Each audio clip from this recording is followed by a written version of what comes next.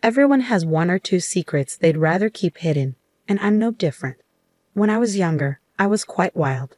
Now, I'm a quiet and unassuming woman, but losing my parents at 15 sent me down a wrong path. I ended up joining a gang of troublemakers. I got some of the girls from the gang together and started our own group. Because my dad made me learn wrestling when I was a kid, I was known around town for being really strong, even stronger than the boys. My time in that world ended after I met someone special, but living that kind of life leaves some issues behind. My name is Nancy, and now I'm 35.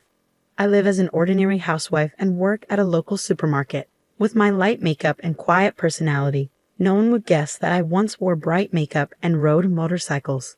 Yes, I was in a gang and even led a group of girls. But then I met my husband Joshua and everything changed. It all began 10 years ago during a fight with another gang. They were always causing trouble whenever we met. One day, things got really intense. Joshua stepped in unexpectedly to help his brother, who was part of the other gang. As everyone was fighting and falling, Joshua and I were the only ones left standing. I even remember him laughing when he realized his brother wasn't even there. Despite the chaos, Joshua seemed really calm and composed. I couldn't help but notice. "Hey, you're pretty cool," I said to him. "Me? Really? Looking like this? You must have some strange tastes. Were you calling out for someone named Noah? Did you find him?" "No, it turns out my brother wasn't here." That's how our quiet chat began. Joshua's brother was a troublemaker beyond saving.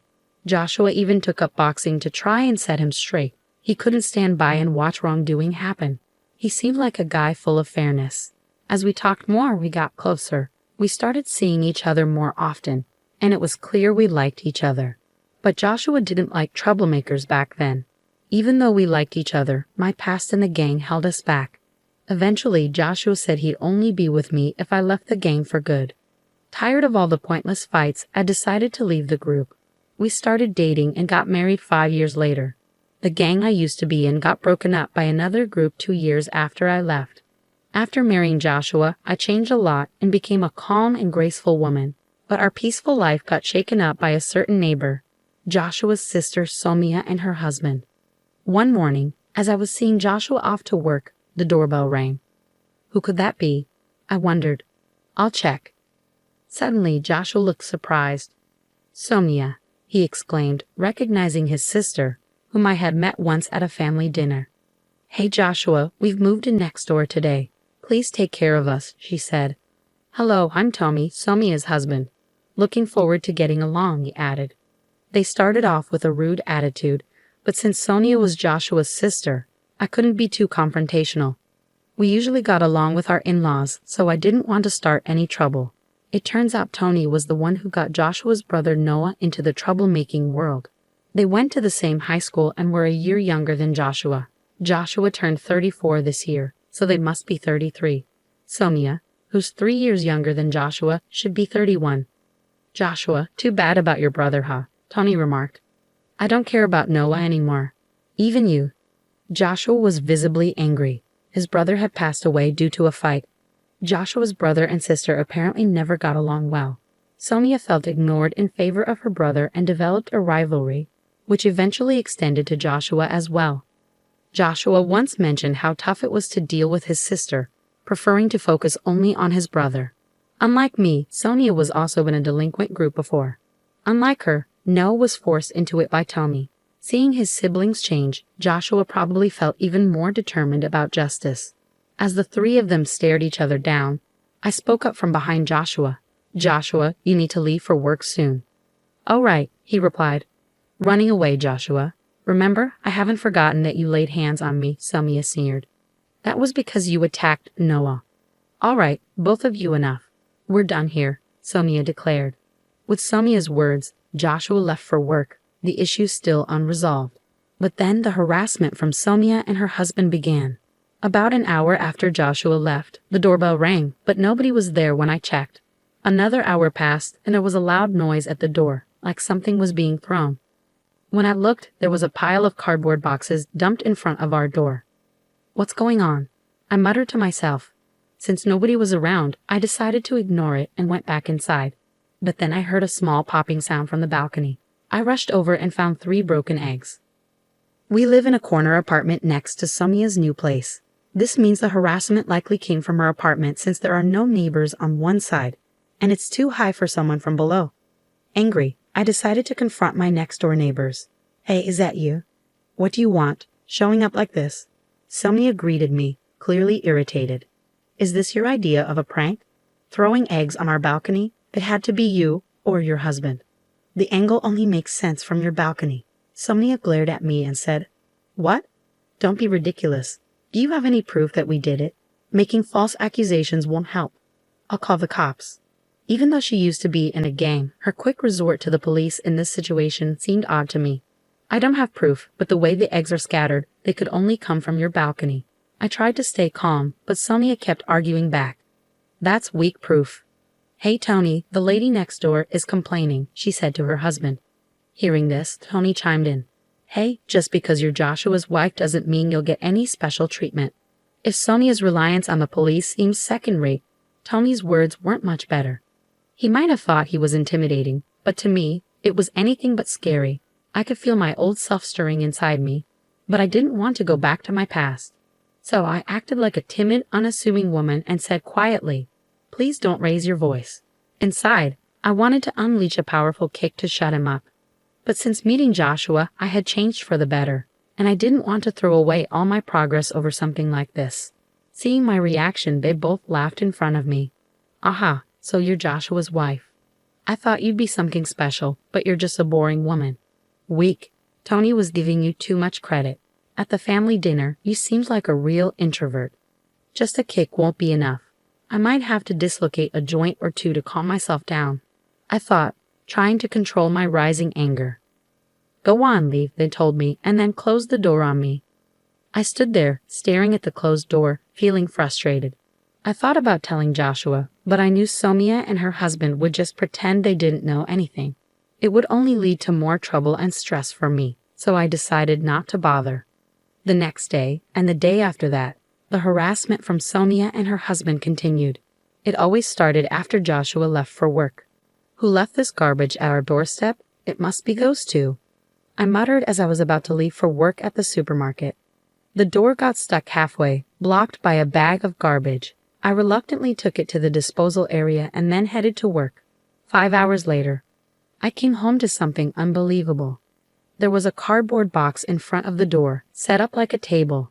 On either side of the box, there were lit candles, and in the middle, a vase with flowers.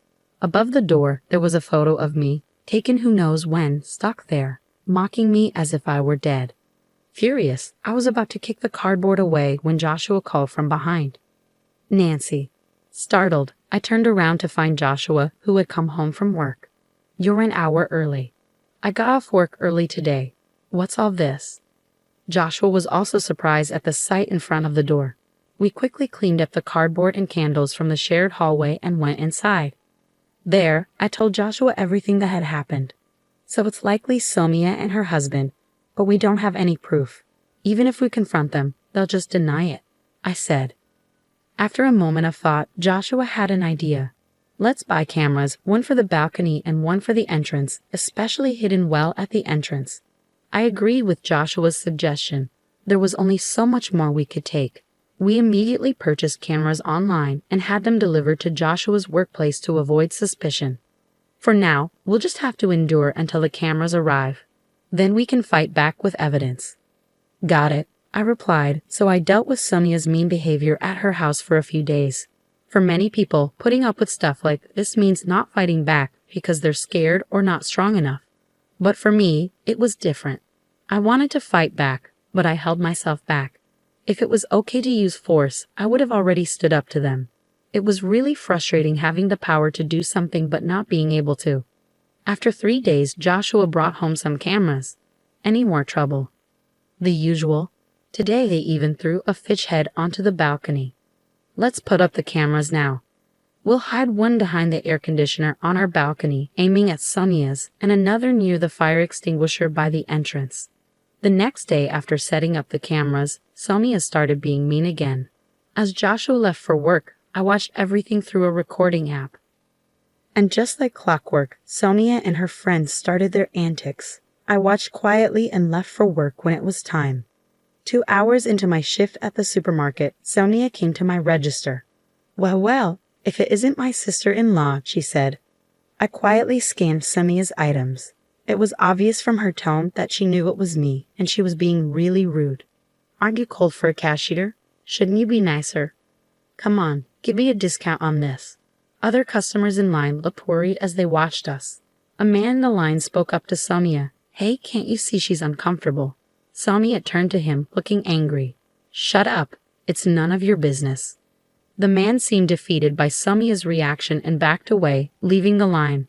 Then, I spoke up to Sonia for the first time. Ma'am, if you keep acting this way, I'll have to call security. I said it calmly but firmly. Maybe because others were watching, Sonia replied. Oh, it was just a joke. So disappointing. She left the store, leaving her items behind. The other customers were surprised by what happened. I was really mad when I got home from work. There was a note on the door that said, useless cashier. That's enough. I couldn't handle it anymore. I angrily tore off the note and waited nervously for Joshua to come back. When he got home, we watched the footage from the cameras. It clearly showed Sonia and her husband doing bad things. Now we can fight back, Joshua said, looking angry. Okay, let's go. When we rang Sonia's doorbell, Tommy answered. You two again. What do you want now? Sonia came up behind him, asking lazily, What's up, Joshua? We're ready to fight back, I thought as I started to speak, but Joshua stopped me and stepped forward. Nancy, let me handle this. Sonia told me if you keep bothering us, there will be consequences. Joshua's voice was firm and threatening. Tony replied, What, you want to fight? You got proof we did anything? You're just making accusations. Before Tony could finish, Joshua played the video from the recording app. This video shows what you've been doing wrong. We put up cameras because your harassment was too much. This made Sonia and Tony quiet, which was unusual for them. Sonia looked a bit worried and turned to Tony, while Tony glared back at us with a deep frown. You caught us this time, I said seriously. But remember, the trouble started from your side. Tony replied, So you want to solve this with a fight, huh? Hold on, Joshua, I'm calling someone. Call whoever you want. We'll be ready, Joshua said firmly, not backing down as things got more intense. Tommy urgently talked into the phone. William, I need help now. His tone was different from before, now begging for help. After hanging up, he turned back to us. Get ready. Willie, the toughest guy around here, is coming. He looked smug, thinking he'd win with someone else's help, but it showed he was really a coward. Why not face us yourself? I asked. Keep talking. I know your strength. This time, I brought someone special to make sure you both feel real fear, Tommy said, trying to scare us. 5 minutes later, William arrived, the guy Tommy had talked big about, but he looked surprised when he saw us. William, hey, it's been a while. Sonia and Tommy seemed excited, expecting a lot from him, but that excitement quickly faded. What's happening? Yeah, it's been a while, Will, I said, calling him Will, which left Sonia and Tommy puzzled. Joshua greeted him too. Hey Will, long time no see. The couple looked even more confused. Confused, Tommy asked, What's going on? How do you know William? Tommy looked nervous, and William looked between us. I just said, Will, let's not do this, okay? Angry, Tony snapped, Stop messing around. Will, do something please. Sonia and Tony were panicking, not understanding what was happening. But then Will spoke up. Hey, did you mess with Nancy? His question left them shocked for a moment. So what if we did? Tommy answered, sounding unsure. Will exploded, You idiots. Do you even know who you're dealing with? His scolding left them stunned. They clearly had no clue. Seeing this, I turned to Joshua and asked, Hey, can I go back to how I was 15 years ago, just for now? But instead of Joshua, it was Will who replied, Nancy, please don't. If you do something, it could get worse than just a fight. What, are you giving me orders now, Will? No, that's not what I meant, Will stuttered. Seeing the guy they called for help now apologizing to me, Sonia and Tony were confused. What's going on here? They looked scared as Will talked. Do you two know about BBN? Yeah, that's right. It's famous. It stands for Black Butterfly Nancy, right? The nickname of the former leader of a ladies' group. That's correct, and this lady here is Nancy herself. No way, really? Both of them lost their tough act instantly. Will continued. Back then, I led another group, but we got beat by Nancy's group. She could handle 30 people alone. Sonia and Tommy now looked at me with fear. It made sense. They thought they were picking on someone weaker, only to find out she was the leader of a group they used to be a part of. I didn't know Nancy was practically a legend. We joined the group 6 months after you left, Sonia said. They joined after I left. Will had been in the group with me and stayed even after I left, looking after Sonia and Tommy. He left just before a rival group took us down. By then, Tommy was the leader.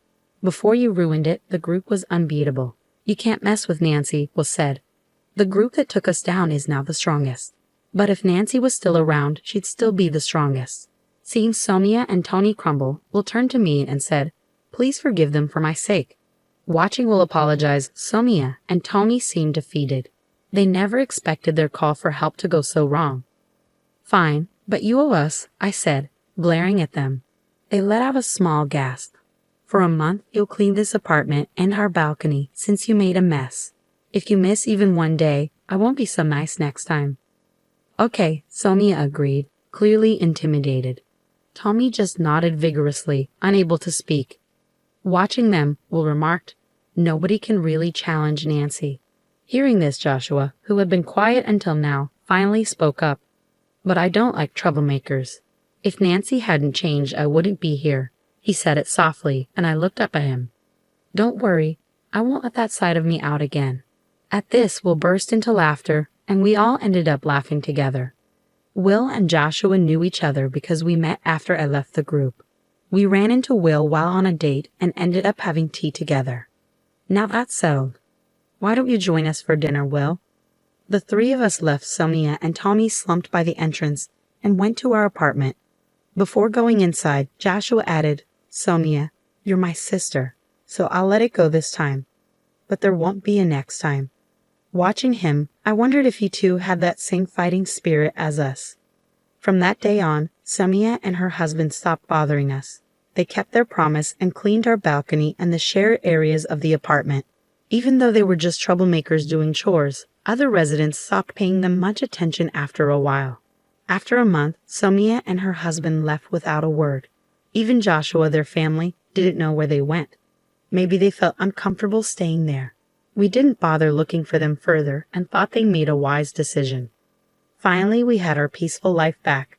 Neighborhood problems are common, but I never thought I'd be so involved. At least it ended well. I have a past I'd rather not talk about. Joshua has kept it secret all this time.